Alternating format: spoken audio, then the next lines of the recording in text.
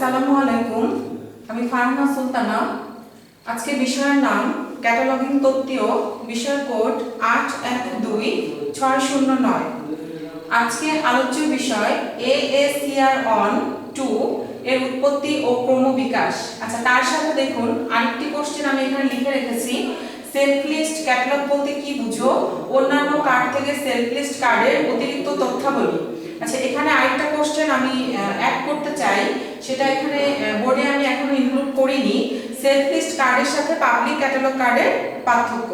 আচ্ছা, এই সেকেন্ড কোশ্চেনে যাওয়ার আগে আমি প্রথমে যে কোশ্চেনটা লিখেছি AACR 1 AACR 2 এর উৎপত্তি ও ক্রমবিকাশ, এইটা সম্পর্কে আগে একটু ডিটেইলস আলোচনা করে নিতে চাই।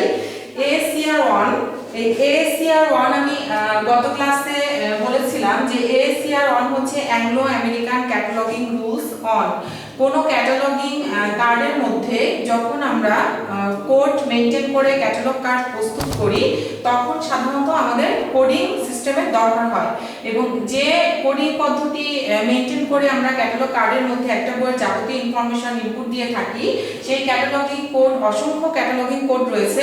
তার মধ্যে আমাদের দেশের সবচেয়ে জনপ্রিয় এবং হচ্ছে আধুনিক ক্যাটালগিং কোড পদ্ধতি হচ্ছে AACR 1 এবং AACR 2। AACR 1 এর পরবর্তী ভার্সন হচ্ছে AACR 2। আচ্ছা, এখন আসা যাক AACR 1 2 এর উৎপত্তি ও ক্রমবিকাশ। একটু ভূমিকাটা খেয়াল করুন। 1949 সালে ALA, এই ALA অ্যাব্রিভিয়েশন আমি আগেও বলেছি যে আমেরিকান লাইব্রেরি অ্যাসোসিয়েশন কর্তৃক যখন ALA কোড প্রকাশিত হয়, তখন তার গ্রহণযোগ্যতা সন্তোষজনক ছিল না।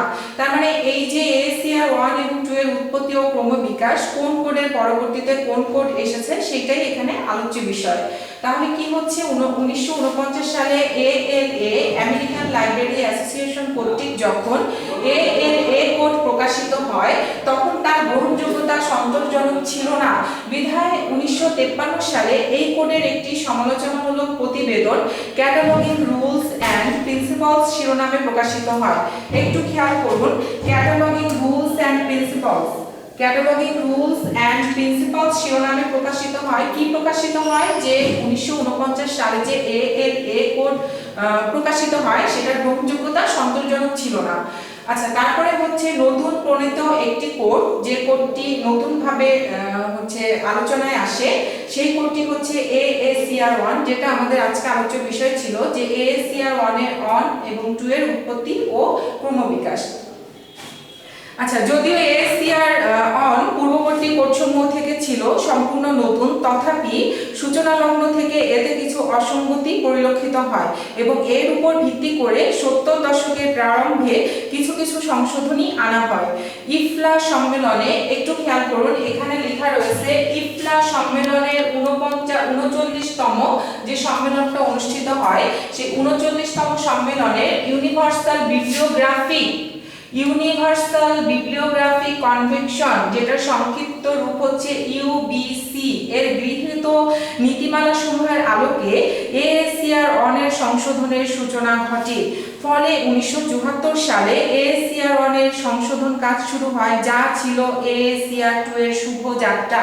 তার মানে হচ্ছে কি, ইফলার যে 39তম সম্মেলনটা অনুষ্ঠিত হয়, সেই সম্মেলনে প্রস্তাব করা হয়, কিসের প্রস্তাব করা হয়, যে 1949 সালে ALA কর্তৃক যখন ALA কোড প্রকাশিত হয়, তখন এটার গ্রহণযোগ্যতা সন্তোষজনক ছিল না।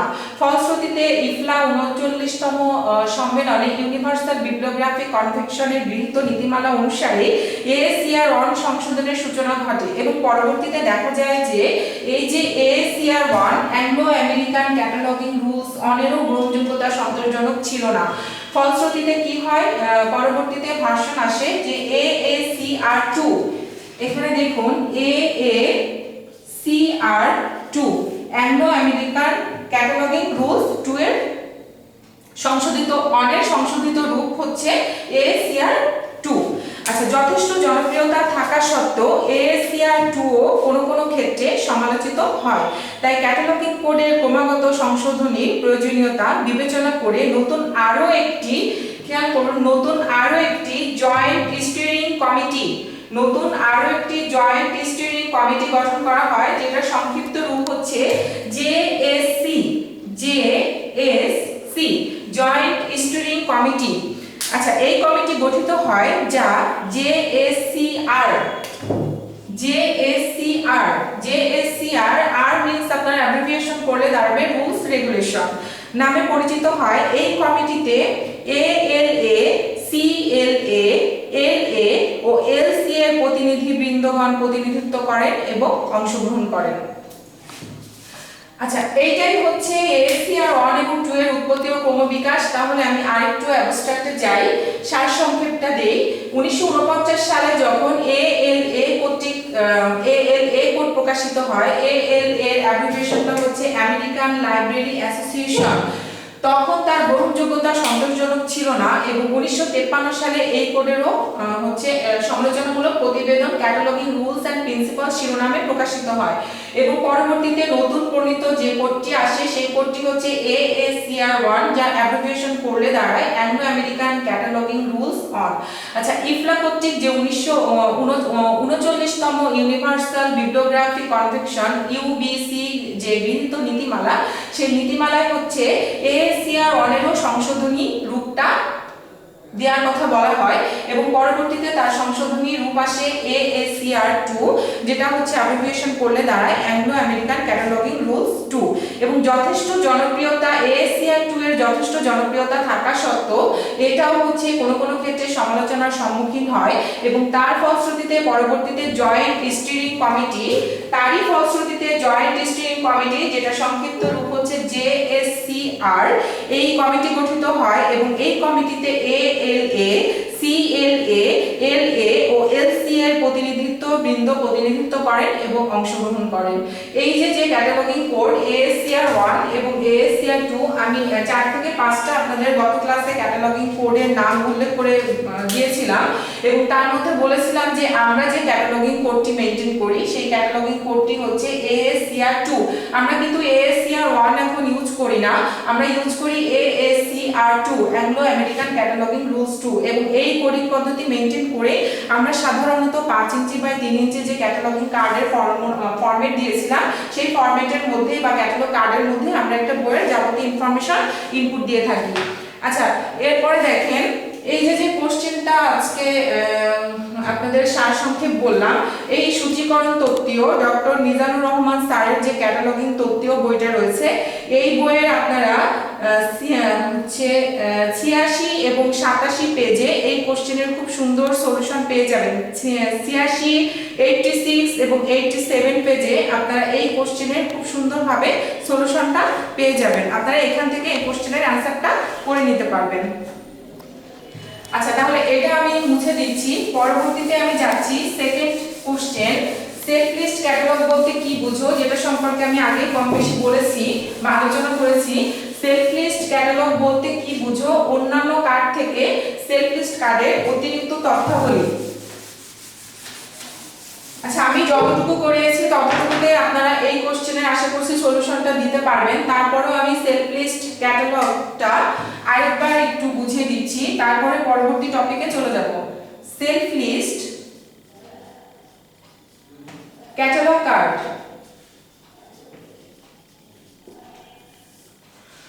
আচ্ছা, সেলফ লিস্ট ক্যাটালগ কার্ড এবং কার্ড ক্যাটালগ কার্ডের মধ্যে কার্ডের যে মাপটা রয়েছে সেম মাপ। তারপর আমি আরেকবার একটু বলে দিচ্ছি বা কার্ডটা এঁকে দেখিয়ে দিচ্ছি যে 5 ইঞ্চি বাই 3 ইঞ্চি, ওয়াইড হচ্ছে 5 ইঞ্চি এবং হাইট হচ্ছে 3 ইঞ্চি। আপনারা যদি এই কার্ডের মাপটা সম্পর্কে ভালোভাবে না জানেন তাহলে কিন্তু অনেক কোশ্চেনেরই অ্যানসার সঠিকভাবে দিতে পারবেন না।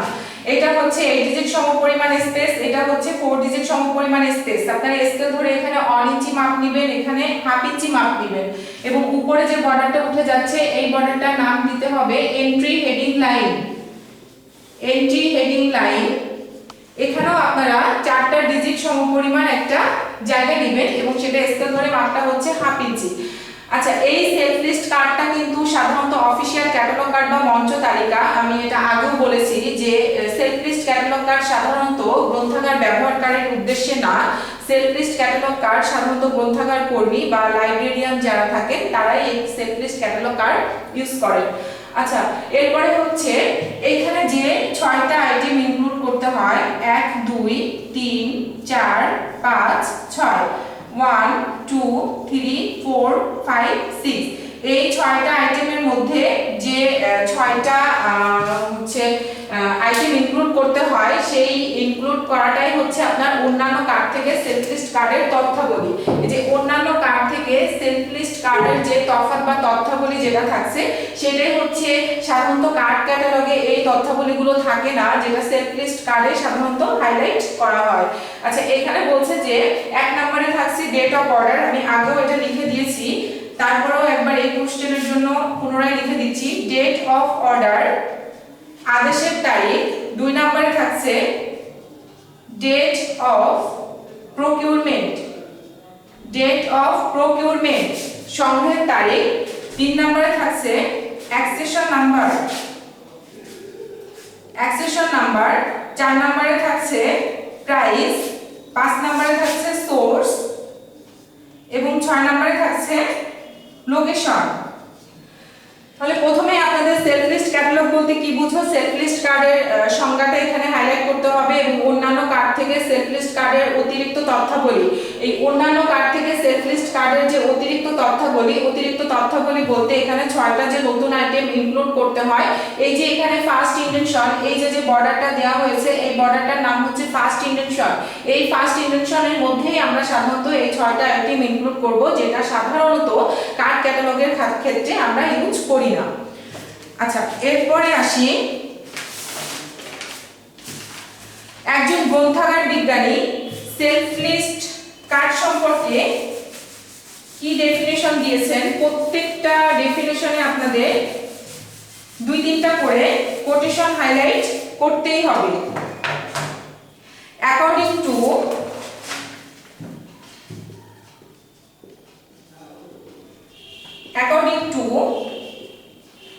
Harrod,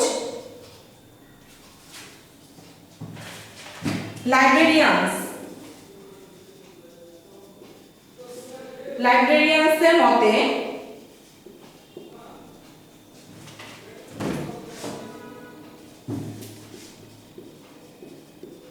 ক্লোজারি, অ্যাকর্ডিং টু হ্যারোডস লাইব্রেরিয়ানস ক্লোজারি, এনার মতে মঞ্চ তালিকা হচ্ছে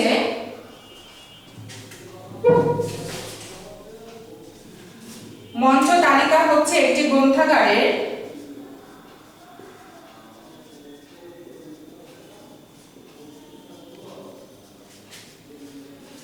বইসমূহের তালিকা যার সংলেখ বলতে আমরা এখানে লেখাকে বুঝবো, যার সংলেখ গুলো সংক্ষিপ্ত এবং ইহা কার্ড অথবা লুজ পাতায় অন্তর্ভুক্ত থাকে।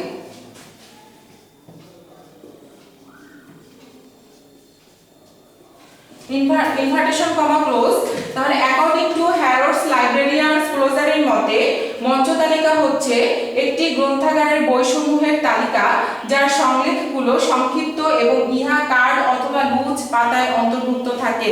এবং এই সেলফ লিস্ট কার্ডের নমুনা দেখলেই একজন গ্রন্থাগার ব্যবহারকারীকে খুব সহজে সহায়তা প্রদান করতে সক্ষম হয়। তার মানে তার প্রয়োজনের সময় যে তথ্য দরকার সেই তথ্য দিয়ে একজন গ্রন্থাগার ব্যবহারকারীর সময় মতো চাহিদা পূরণ করতে সক্ষম হয়।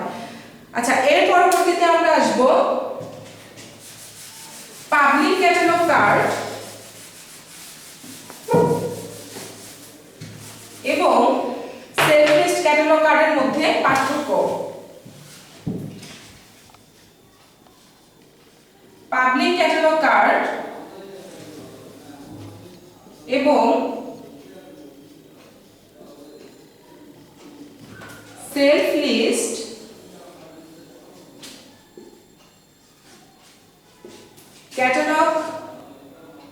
ক্যাটালগের মধ্যে পার্থক্য বা ক্যাটালগ কার্ডের মধ্যে পার্থক্য। পাবলিক ক্যাটালগ কার্ড এবং সেলফ লিস্ট ক্যাটালগ কার্ডের মধ্যে পার্থক্য, এখানে কম করে আপনাদের 8 থেকে 9টা পার্থক্য তুলে ধরতে হবে। তার মধ্যে আমি ছোট্ট একটা एग्जांपल এখানে দিয়ে দিচ্ছি কার্ড একে। দেখুন আমি সেলফ লিস্ট এবং পাবলিক ক্যাটালগ কার্ডের एग्जांपल কিন্তু একই রকম, শুধু এখানে একটা জিনিস খেয়াল করবেন, এই যে কার্ডের एग्जांपलটা আমি তুলে ধরছি যে ওয়াইড হচ্ছে 5 ইঞ্চিস এবং হচ্ছে হাইট এখানে 3 ইঞ্চিস। আচ্ছা, পাবলিক ক্যাটালগ কার্ডে সাধারণত এই যে আমরা ফার্স্ট যে ইন্ডেনশনটা, এই যে সমপরিমাণ জায়গাটা সেলফ লিস্ট ক্যাটালগ কার্ডের ক্ষেত্রে ইউজ করেছি, পাবলিক ক্যাটালগ কার্ডের ক্ষেত্রে কিন্তু আমরা এই স্পেসটা ইউজ করি না, এটাও কিন্তু একটা পার্থক্য। আচ্ছা, তারপরে হচ্ছে সাধারণত সেলফ লিস্ট ক্যাটালগ কার্ড এবং পাবলিক ক্যাটালগ কার্ডের মধ্যে অসংখ্য পার্থক্য রয়েছে। আপনারা এই যে বইটা রয়েছে এই পার্থক্য সম্পর্কে আমি পরবর্তীতে আরো একটা ক্লাসে ডিটেইলস আলোচনা করব। তারপরও আমি একটু দেখিয়ে দিচ্ছি তৃতীয় অধ্যায়ের প্রথম পরিচ্ছেদ, এই যে ডক্টর মিজানুর রহমান স্যারের সূচিকরণ তত্ত্বীয় যে বইটা রয়েছে আমার হাতে, এই বইটাতে তৃতীয় অধ্যায়ের প্রথম পরিচ্ছেদে সেলফ লিস্ট ক্যাটালগ সম্পর্কে ডিটেইলস আপনারা আলোচনা এখানে পেয়ে যাবেন, বা যে কোনো কোশ্চেনের সলিউশন এখানে আপনারা পেয়ে যাবেন। এখানে অলরেডি एग्जांपलও দেয়া রয়েছে যে সেলফ লিস্ট ক্যাটালগ কার্ডের নমুনা। আমি যেটাই বলেছি যে পাবলিক ক্যাটালগ কার্ডের থেকে সেলফ লিস্ট ক্যাটালগ কার্ডে সাধারণত অতিরিক্ত তথ্যাবলী যে 6টা আইটেম ইনক্লুড করা হয়, সেই 6টা আইটেমই সাধারণত সেলফ লিস্ট ক্যাটালগ কার্ডকে ডিফাইন করে অন্য ক্যাটালগ কার্ড থেকে। আচ্ছা, এরপরে এখানে দেখুন 106 এবং 107 পেজে সেলফ লিস্ট ক্যাটালগের ব্যবহার, এটা আমি আপনাদের পরবর্তী ক্লাসে বুঝিয়ে দিব। আর এখানে যেটা রয়েছে যে 7.5 107 পেজে 7.5 সেলফ লিস্ট এবং পাবলিক ক্যাটালগ কার্ডের পার্থক্য, এই যে নিচে এখানে তুলে ধরা হয়েছে, এবং এখানে 9টা পার্থক্য রয়েছে। এই 9টা পার্থক্য আপনারা বই থেকে একটু দেখে নেবেন, আদারওয়াইজ আমি পরবর্তী ক্লাসেও এই পাবলিক ক্যাটালগ কার্ড এবং সেলফ লিস্ট ক্যাটালগ কার্ডের মধ্যে পার্থক্য নিয়েও ডিটেইলস আলোচনা করব। আজকে এই পর্যন্ত, ধন্যবাদ সবাইকে।